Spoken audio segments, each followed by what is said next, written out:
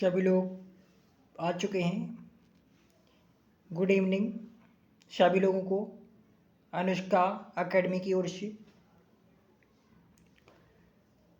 तो आज की क्लास सीटेट एग्ज़ाम के लिए ईवीएस की क्लास रखी गई है और आज हम प्रश्न ईवीएस के जो बार बार एग्ज़ाम में पूछे जाते हैं उन सभी प्रश्नों को इस क्लास में लिया गया है और इस क्लास को देखने से आपका कॉन्फिडेंस काफ़ी बढ़ जाएगा। तो पहला प्रश्न स्टार्ट करते हैं। कक्षा 5 में पाठ किसके जंगल में चर्चा करने के लिए अध्यापिका ने सूरमणि के सच्चे किस्से को सुनाया जिसमें उसके एक केंद्र तौरंग की स्थापना की थी जो कि देखता था। किसको देखता था?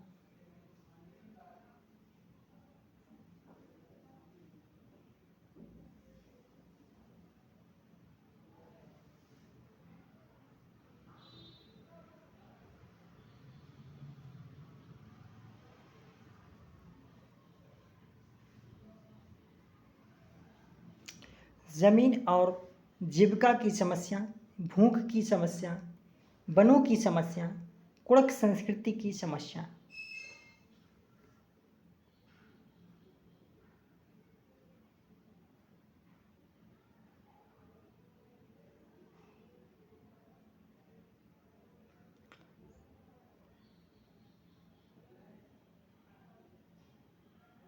क्या देखता था ये? वनों की समस्याएं और भूख की समस्याएं दोनों को देखता था। अगला प्रश्न है, निम्नलिखित में से किससे सहयोग भावना से कार्य करने का अभिप्राय सीखा जा सकता है? निम्नलिखित में से किससे सहयोग भावना से कार्य करने का अभिप्राय सीखा जा सकता है? परिवार, खेल और परिवार, समाज और खेल, प्रतियोगिताएं आयोजित करना। बताएं आप लोग कौन सा आंसर है इसका?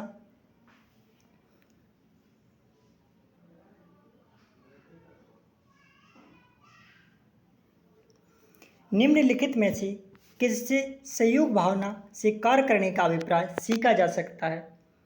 परिवार, समाज और खेल, तीनों से ही सहयोग भावना से सीखा जा सकता है कार्य करने का अभिप्राय। अगला प्रश्न है, निम्नलिखित में से कौन सा सामाजिक कीट नहीं है? चींटियां, दीमक, व्रंग, मधुमक्खी। बताएं कौन सा सामाजिक कीट नहीं है? 4 ऑप्शन है, इनमें से आपको कौन सा सामाजिक कीट के अंतर्गत नहीं आता है बताएं। तो निम्नलिखित में से कौन सा सामाजिक कीट नहीं है?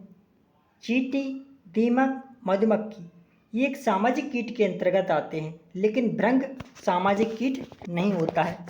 ये आप पास में इसको चित्र देख रहे होंगे, इससे समझ गए होंगे कि भृंग इसका आंसर सही है क्योंकि सामाजिक कीट नहीं होता है।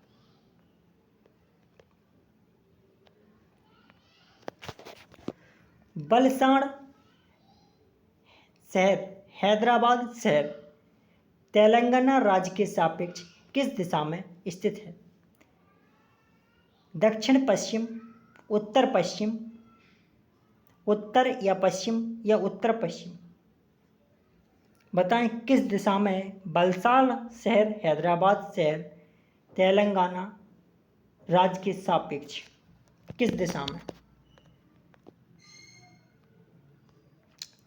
ये देखते हैं किस बलसाड़ शहर हैदराबाद शहर तेलंगाना राज्य के सापेक्ष। बलसाड़ ये मैप्स है, इसमें देखते हैं।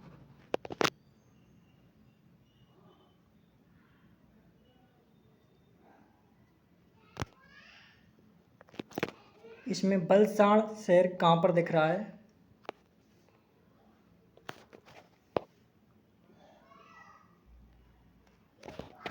ये तेलंगाना हैदराबाद है। इसके सापेक्ष बलसाड़ शहर देखना है।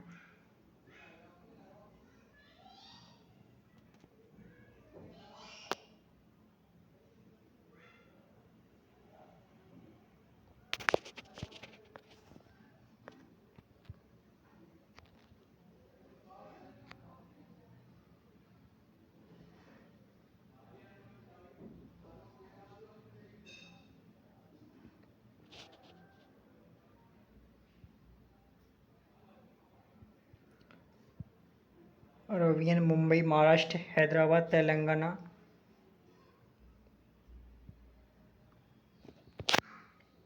मुंबई महाराष्ट्र में गुजरात,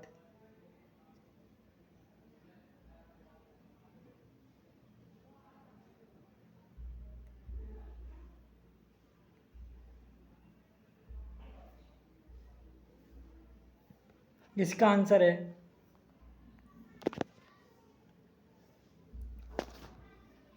बलसाड़ हैदराबाद के सापेक्ष किस दिशा में है, तो पश्चिम दिशा में है, क्योंकि बलसाड़ केरल का एक शहर है और तेलंगाना पूर्व में है और बलसाड़ पश्चिम में है।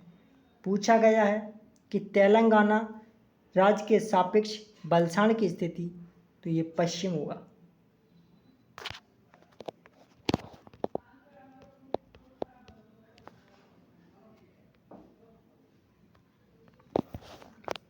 अगला प्रश्न है, निम्नलिखित में से कौन सी मुद्रा अबू धाबी में प्रचलित है? निम्नलिखित में से कौन सी मुद्रा अबू धाबी में प्रचलित है? डॉलर, रुपए, दिरहम, टका।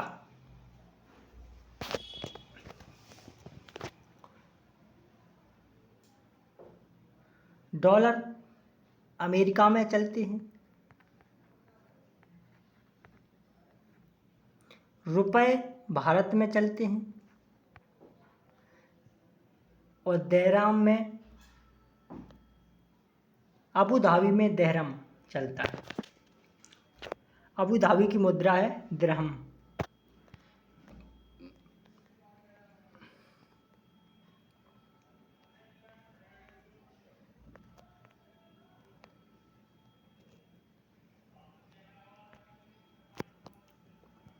अगला प्रश्न है, चेराव नृत्य में व्यक्ति बांस की डंडियों को पकड़कर युग्मों में एक दूसरे के सामने आमने सामने जमीन पर बैठते हैं। जैसे ही ढोल बजता है, बांस को जमीन पर पीटा जाता है। नर्तक बांस की डंडियों के अंदर और बाहर पैर रखते हैं, कूदते हैं और ताल पर नाचते हैं। निम्नलिखित में से कहाँ पर चेराव नृत्य किया जाता है? मणिपुर, मिजोरम, असम, ओडिशा। बताएं किस जगह किया जाता है चेराव नृत्य?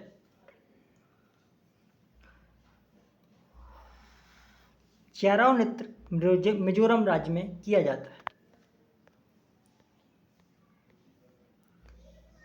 ये इसको बांस है, इसको नीचे पटकते हैं, जैसे ढोल बज रहे हैं।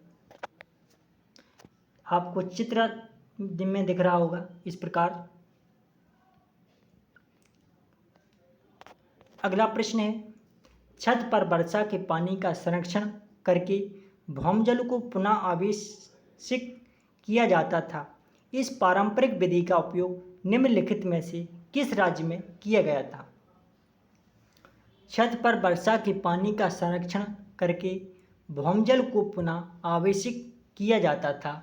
इस पारंपरिक विधि का उपयोग निम्नलिखित में से किस राज्य में किया जाता था? मध्य प्रदेश, राजस्थान, पंजाब, बिहार। तो इस विधि का उपयोग राजस्थान में किया जाता है क्योंकि यहाँ पर बारिश कम होती है।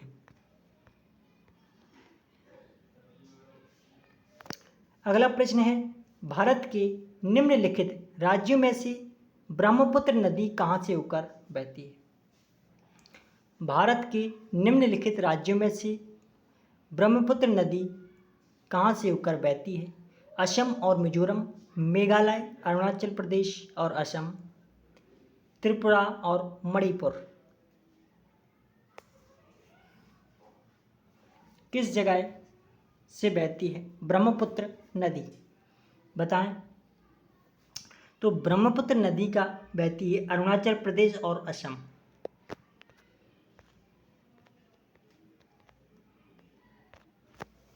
भावी पीढ़ी के सामाजिकरण में परिवार की महत्वपूर्ण भूमिका होती है। इस परिस्थिति में परिवार माध्यम है प्राथमिक सामाजिकरण का, द्वितीयक सामाजिकरण का, प्राथमिक और द्वितीयक सामाजिकरण का, तृतीयक सामाजिकरण का। तो बताएं किस प्रकार का परिवार सामाजिकरण होता है? सामाजिकरण में परिवार की क्या भूमिका होती है? बताएं आप लोग। भावी पीढ़ी के सामाजिकरण में परिवार की महत्वपूर्ण भूमिका होती है।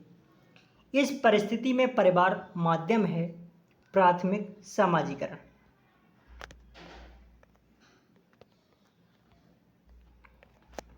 अगला प्रश्न है, वातावरण को बचाने की आवश्यकता के लिए हुए कई आंदोलनों को समर्थन मिला है। निम्नलिखित में से किसने 1970 के चिपको आंदोलन में निर्णायक भूमिका निभाई है?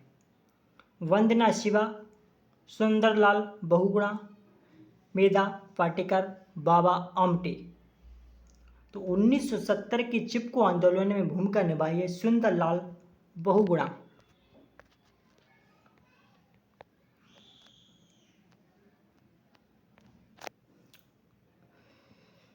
महाराष्ट्र, मध्य प्रदेश और गुजरात में बड़े बांधों के निर्माण के कारण स्थानीय व्यक्तियों को अपने प्राकृतिक आवास को छोड़ना पड़ा। इस प्रकार की गतिविधि को क्या कहते हैं?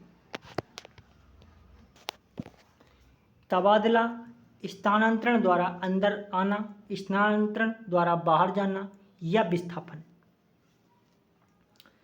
बताएं आप लोग कि महाराष्ट्र में, मध्य प्रदेश और गुजरात में बांधों के निर्माण के कारण कोई व्यक्ति एक जगह से दूसरी जगह यानी अपने प्राकृतिक आवास से छोड़कर जाना पड़ता है तो उसको क्या कहते हैं? बताएं आप लोग। कोई भी व्यक्ति प्राकृतिक आवास को छोड़कर जाता है उसे कहते हैं विस्थापन।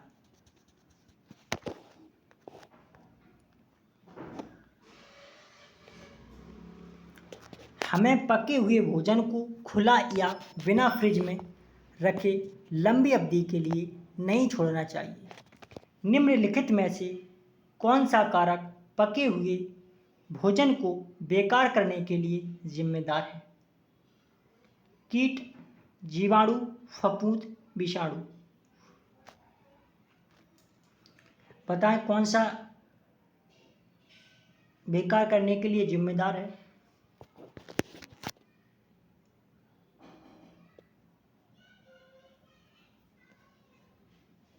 फफूंद और फंगस ये जिम्मेदार हैं।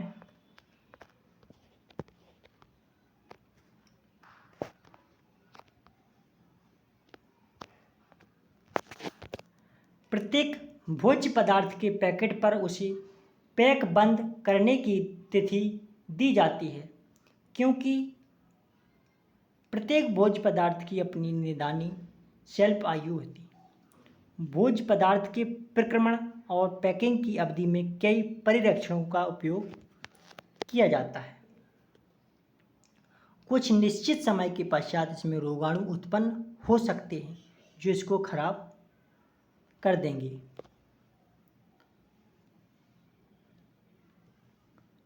हमें उन भोज्य पदार्थों का उपयोग नहीं करना चाहिए जिन पर लिखा हुआ समय समाप्त हो चुका है।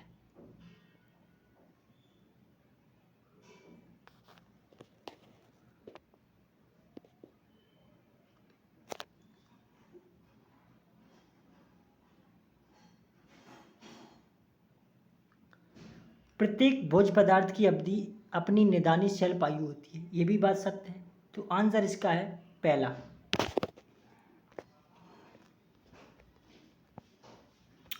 अगला प्रश्न है,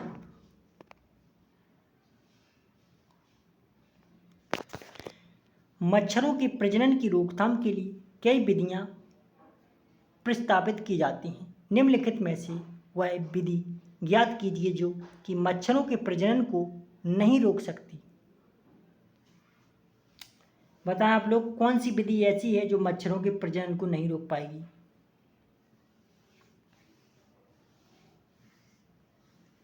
मच्छरों के प्रजनन की रोकथाम के लिए कई विधियां प्रस्तावित की जाती हैं। निम्नलिखित में से ज्ञात कीजिए कि जो मच्छरों के प्रजनन को नहीं रोक पाएगी। तो कूलर के पानी को सप्ताह में कम से कम दो बार बदलें, ये बात रोकने की है। तालाब और पानी इकट्ठा होने वाले स्थानों में मछली डालें जो कि मच्छरों की लार्वा को खा लेती है, ये भी बात सत्य है। लेकिन यदि किसी स्थान पर पानी इकट्ठा हो गया है तो तेल डालें, ये भी बात सत्य है। लेकिन मच्छरदानी का प्रयोग करें, मच्छरदानी का प्रयोग करने से प्रजनन नहीं रुकता है। तो इसमें पूछा गया था प्रजनन को नहीं रोकती, तो आंसर इसका बनेगा सी।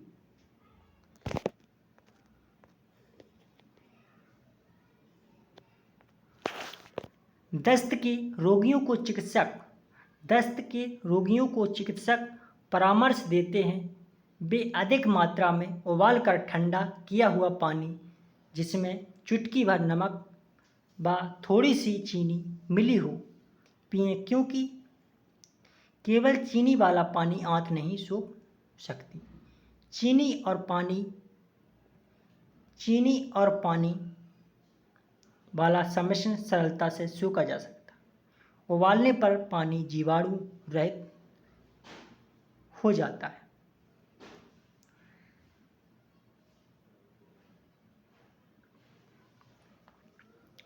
दस्त के रोगियों को चिकित्सक परामर्श देते हैं वे अधिक मात्रा में उबालकर ठंडा किया हुआ पानी जिसमें चुटकी भर नमक व थोड़ी सी चीनी मिली हो पिएं, क्योंकि यह केवल चीनी वाला पानी आंत नहीं सूख सकता। चीनी और पानी वाला सम्मिश्रण सरलता से सोखा जाता है और उबलने पर पानी जीवाणु रहित हो जाती है। बी और सी इसका यानी डी आंसर बनेगा। अगला प्रश्न है कक्षा 3 में हमारा भोजन नामक अध्याय को पढ़ाते समय शिक्षक जोसेफ विद्यार्थियों से आपस में चर्चा करने को कहते हैं कि उन्होंने कल क्या खाया था। इस चर्चा का क्या उद्देश्य है? तो अपने साथियों से साझा करने की उन्होंने क्या खाया, भोजन की विविधता के पहलुओं को साझा करना, संतुलित आहार क्या है इसकी परिचर्चा करना, साझा करना कि क्या खाना सामान्य है। इनमें से कौन सा आंसर है बताएं आप लोग। तो कक्षा 3 में हमारा भोजन सामान्य अध्याय को पढ़ाते समय शिक्षक जो सब विद्यार्थियों से आपस में चर्चा करने को कहते हैं कि उन्होंने कल क्या खाया था। इस चर्चा का क्या उद्देश्य है, संतुलित आहार क्या है इसकी चर्चा करना।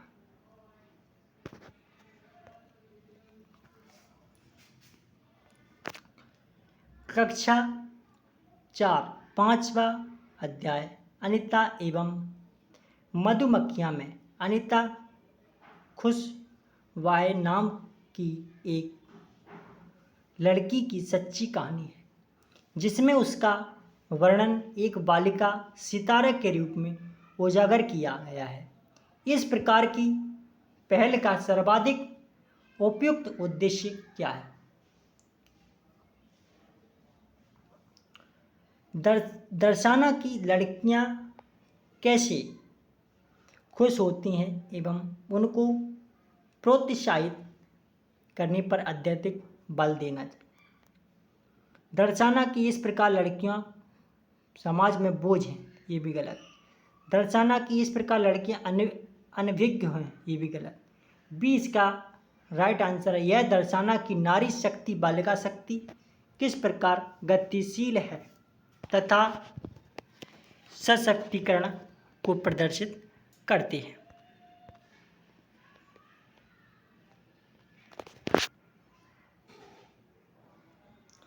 कक्षा 4 के अध्याय दुनिया मेरे घर में नामक कहानी अक्षय के बारे में है, जो बताता है कि कैसे उसकी दादी उसे अनिल के घर कुछ भी खाने या पीने के लिए मना करती है। इस कहानी से बच्चों को कौन सी महत्वपूर्ण शिक्षा मिलती है? हमारे समाज में समानता और सामंजस्य का अस्तित्व हमारे समाज में समानता और सामंजस्य का अस्तित्व है। जाति भेदभाव एवं अस्पृश्यता का अस्तित्व है। सांप्रदायिकता का अस्तित्व है। सांप्रदायिकता का अस्तित्व है। धार्मिक भेदभाव का अस्तित्व है।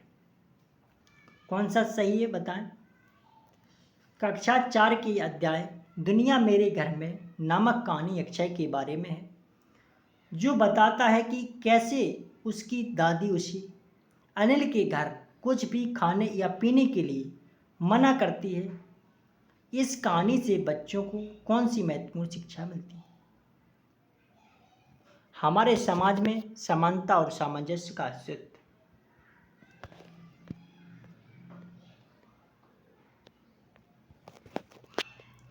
निम्नलिखित में से कौन सा कथन ईवीएस में सहपाठी आकलन को परिभाषित करता है?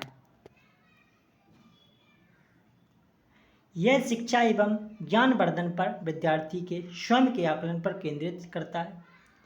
यह विद्यार्थी के कार्य करते समय उस पर केंद्रित होता है। विद्यार्थियों पर केंद्रित होता है जब वो दूसरे विद्यार्थियों का आकलन जोड़ों में या समूह में कर रहे हो। विद्यार्थियों के समूह में शिक्षा एवं प्रगति पर केंद्रित होता है। बताएं कौन सा आंसर है आपके अकॉर्डिंग?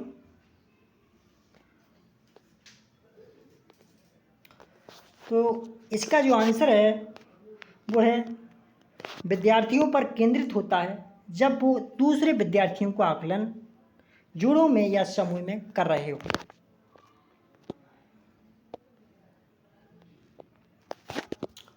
कक्षा 3 के अध्याय हम चीज़ें कैसे बनाते हैं दीपावली की कहानी किस पर केंद्रित है? कक्षा 3 के अध्याय हम चीज़ें कैसे बनाते हैं दीपावली की कहानी किस पर केंद्रित है? शारीरिक श्रम की मर्यादा की अवधारणा, समान कार्य के लिए समान परिश्रम करने की वेतन अवधि की धारणा, घरेलू कामकाज में लिंग संबंधी भेदभाव की अवधारणा, व्यवसाय की अवधारणा है। कैसी है? व्यवसाय की अवधारणा।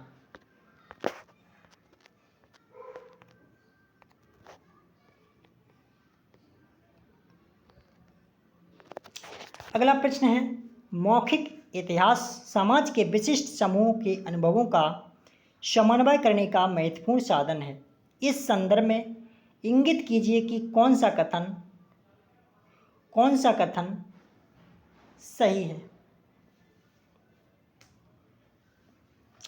बताएं कौन सा कथन सही है?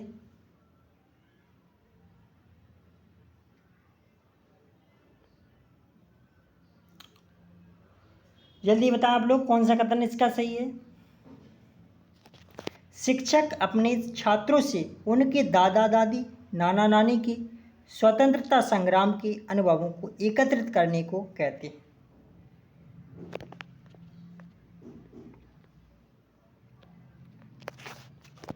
स्थान विशेष को समझने के लिए बच्चों को मानचित्र बनाने की कला का ज्ञान आवश्यक है। प्रस्तुत वाक्यों में से कौन सा मानचित्र के बारे में सही है? स्थान विशेष को समझने के लिए बच्चों को मानचित्र बनाने की कला का ज्ञान आवश्यक है। प्रस्तुत वाक्यों में से कौन सा मानचित्र के बारे में सही है?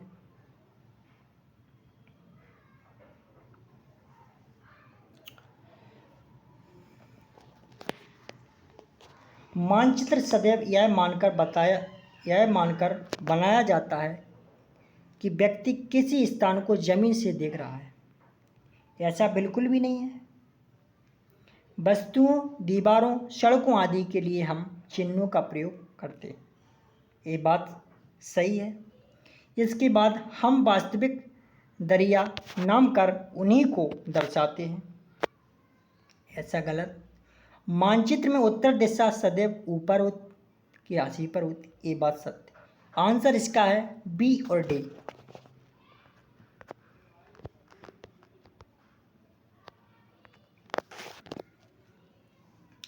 निम्नलिखित में से कौन सा साधन जल के अभाव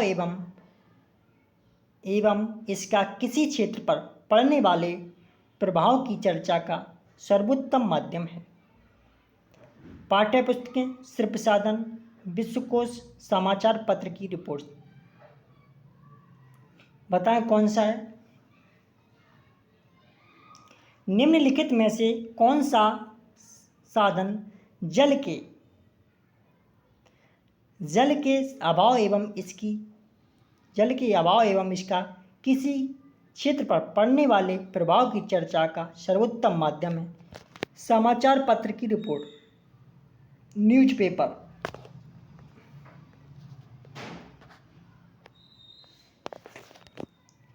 विद्यार्थियों के ईवीएस सीखने के संदर्भ में निम्न में से कौन सा कथन सही है? बताएं, ईवीएस सीखने के संदर्भ में कौन सा कथन सही है?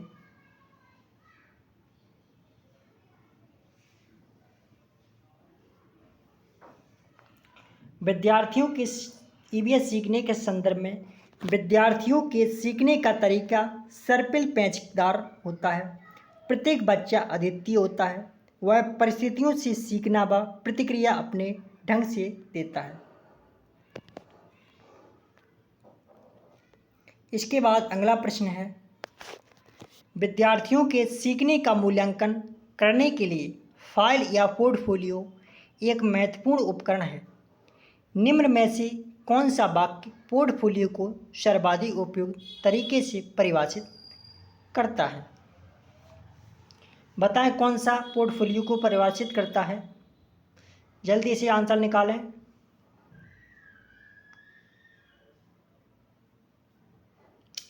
विद्यार्थियों के सीखने का मूल्यांकन करने के लिए फाइल पोर्टफोलियो एक महत्वपूर्ण उपकरण है। निम्न में से कौन सा वाक्य पोर्टफोलियो को सर्वाधिक उपयुक्त तरीके से परिभाषित करता है? एक निश्चित समय में विद्यार्थी के कार्यों को एकत्रित करना, अधिकतर दिन प्रतिदिन के कार्य या विद्यार्थी के सर्वोत्तम कार्य को चुन लेना।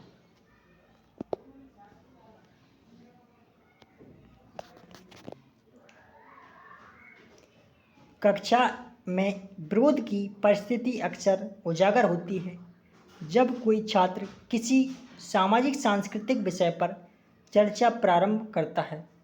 तब एक शिक्षक के रूप में आपकी क्या प्रतिक्रिया होगी? तो छात्र से कहेंगे कि अपने अनुभव साझा करे और कक्षा में इस विषय पर संबोधन करे।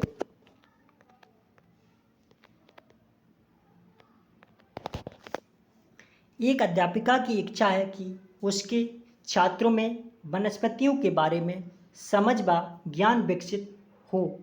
इसके लिए उसे निम्न में से क्या करना चाहिए? उसे करना चाहिए कि छात्रों को अपने साथ विद्यालय के बगीचे में चलने को कहें तथा वहाँ पर सभी पौधों की पहचान करने को कहें।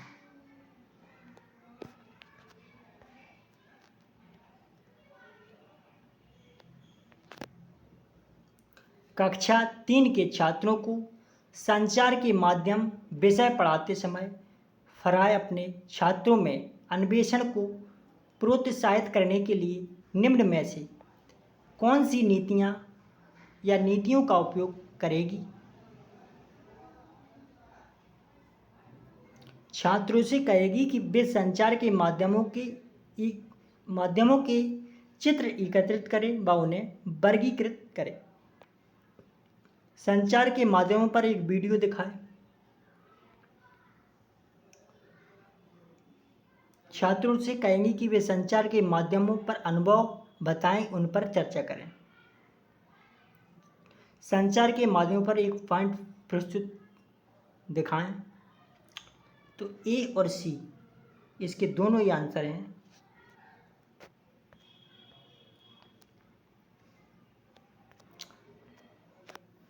कक्षा 3 की अध्याय ऊंची उड़ान में पक्षियों के विषय पर चर्चा करते हुए शिक्षक टीना छात्रों से कहती है कि वे अपने आसपास पक्षियों व उनकी विशेषताओं का अवलोकन करें। इस क्रियाकलाप का लक्ष्य है छात्रों में पक्षियों के प्रति रुचि विकसित करें।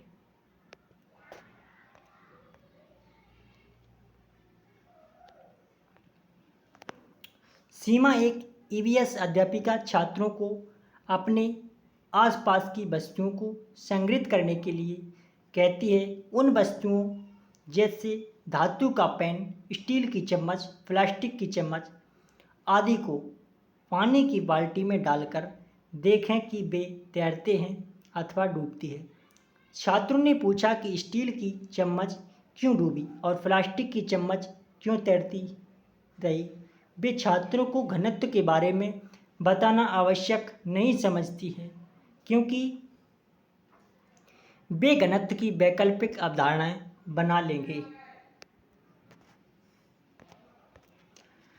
तो आज के 30 प्रश्न थे। आज के 30 प्रश्न थे। तो आप सभी लोगों ने ये प्रश्न काफ़ी अच्छे से देखे और समझ गए होंगे। और सीटेट पेपर काफ़ी नज़दीक आ चुका है और 20 अगस्त को होने वाला है। अभी तक आप लोगों ने इस चैनल को सब्सक्राइब नहीं किया है तो चैनल को एक बार सब्सक्राइब कर लेना और क्लास यहाँ प्रतिदिन देखते रहें, क्योंकि एग्ज़ाम आपके नज़दीक है, काफ़ी करीब है। 20 अगस्त को है। आज से मैच 20 दिन ही बचे हैं। अगली क्लास में फिर मिलते हैं। अनुष्का एकेडमी परिवार की ओर से सभी लोगों को नमस्कार, good night, good evening, bye bye. अगली क्लास में फिर मिलते हैं। नमस्कार।